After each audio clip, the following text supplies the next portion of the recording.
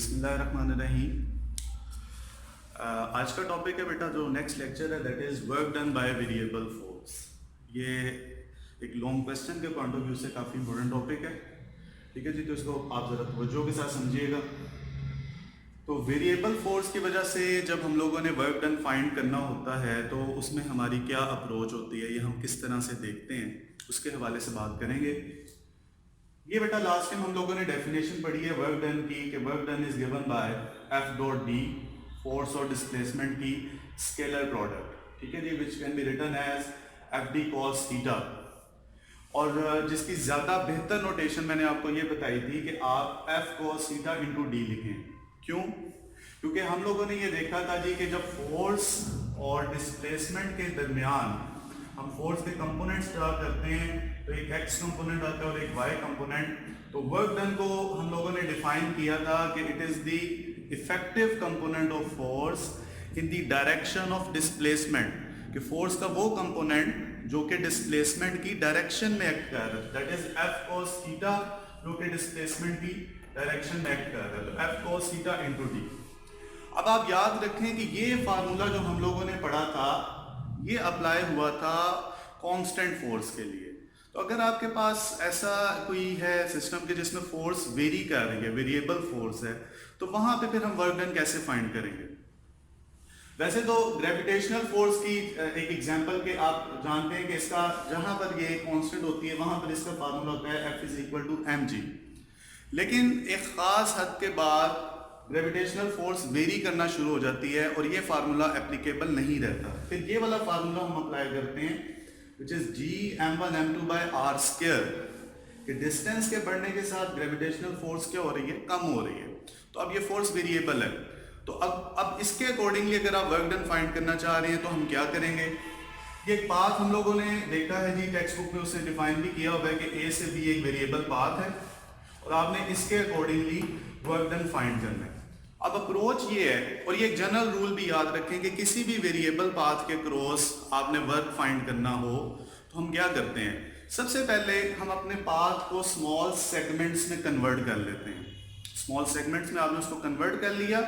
हर एक सेगमेंट जो है वो इस तरह से आपने कन्वर्ट करना है कि उसके दौरान जो है फोर्स आपकी कांस्टेंट रहे, उस सेगमेंट के लिए फोर्स आपकी कांस्टेंट रहे।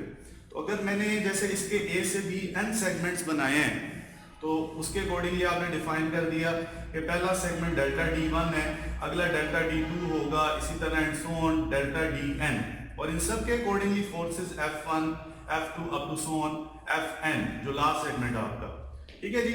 अब अगर मैं इन सब के अकॉर्डिंगली अब हर एक सेगमेंट पे अलग-अलग ये डेफिनेशन अप्लाई हो सकती है, क्योंकि अब ये वाला जो सेगमेंट है जी ये आपने कांस्टेंट कंसीडर कर लिया है। ये जो पाथ है ये कांस्टेंट है, यहाँ पे फोर्स कांस्टेंट है, तो यहाँ पर ये वर्क की डेफिनेशन अप्लाई हो सकती है।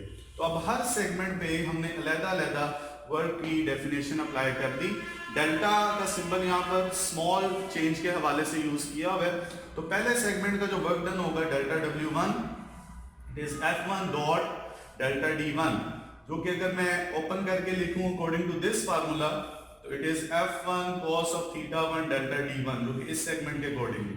इसी तरह सेकंड सेगमेंट का वर्क डन क्या होगा, F2 डॉट डेल्टा D2।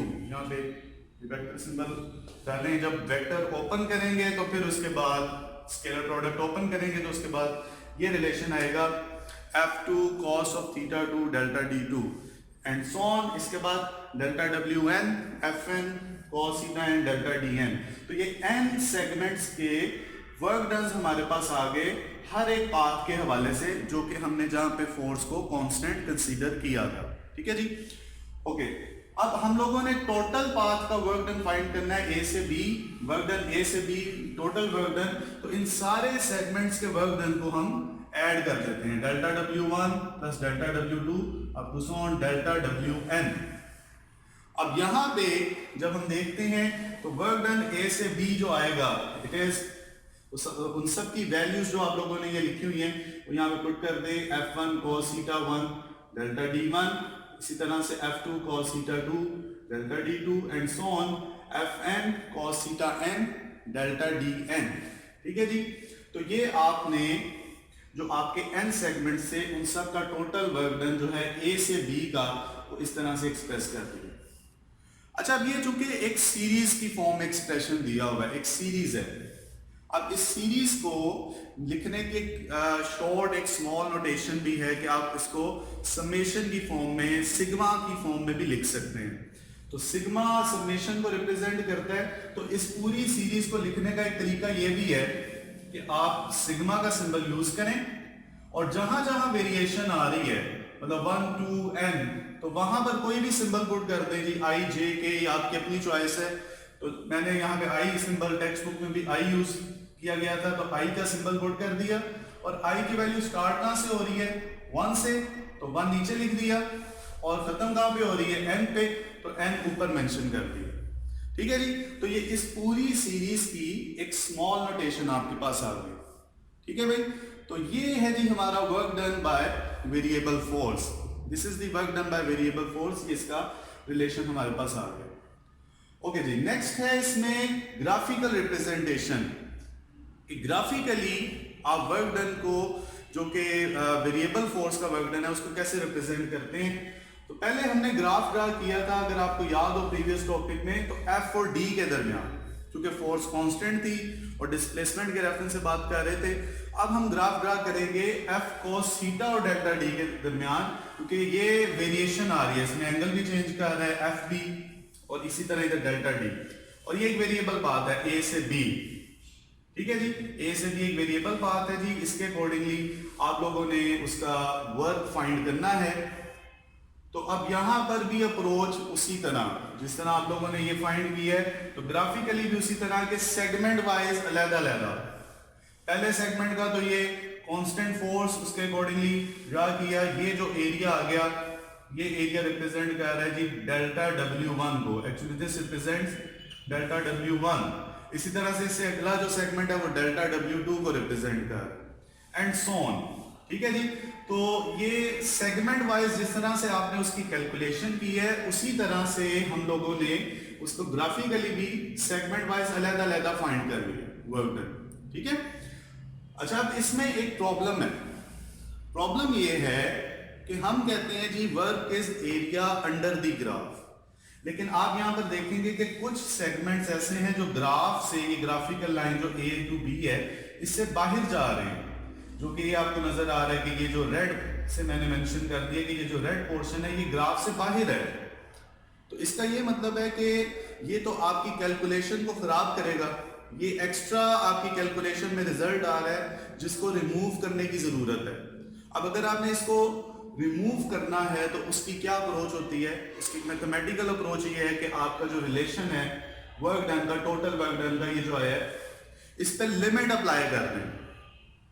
मतलब लिमिटिंग वैल्यू के under delta DI approaches to 0, तो लिमिट के अंडर आप इस रिलेशन को डिस्कस करें। आप लोगों ने लिमिट का कॉन्सेप्ट पीछे भी पढ़ा है, इंस्टेंटेनियस वेलोसिटी में, इंस्टेंटेनियस एक्सेलरेशन में। लिमिटिंग वैल्यू किसी एक पॉइंट पे जो है वो रिजल्ट आपको देती है। ठीक है जी, तो अगर मैंने लिमिट अप्लाई कर दी है तो अब सेगमेंट वाइज जो कॉन्सेप्ट है वो खत्म हो गया और वो पॉइंट वाइज कन्वर्ट हो गया। अब जब पॉइंट वाइज होगा ना, डिफरेंट सिंपल एक एक पॉइंट के अकॉर्डिंगली जब आप उसको देख रहे होंगे, तो उसका ये होगा फायदा कि अब बाहर नहीं जाएगा आपका ग्राफ, कोई भी पोर्शन बाहर नहीं जाएगा, बल्कि जस्ट उस रीजन के अंदर रहेगा।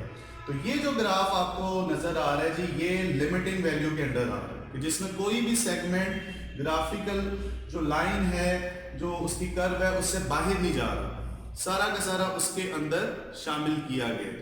ठीक है, तो this is the work done, graphical representation of work done by variable force, जो कि आपने लिमिट अप्लाई करते हुए उसका ये रिजल्ट फाइंड कर लिया। और विदाउट लिमिट अगर देखें तो फिर ये है जिसमें कुछ सेगमेंट उसका बाहर भी आपको मिलेगा।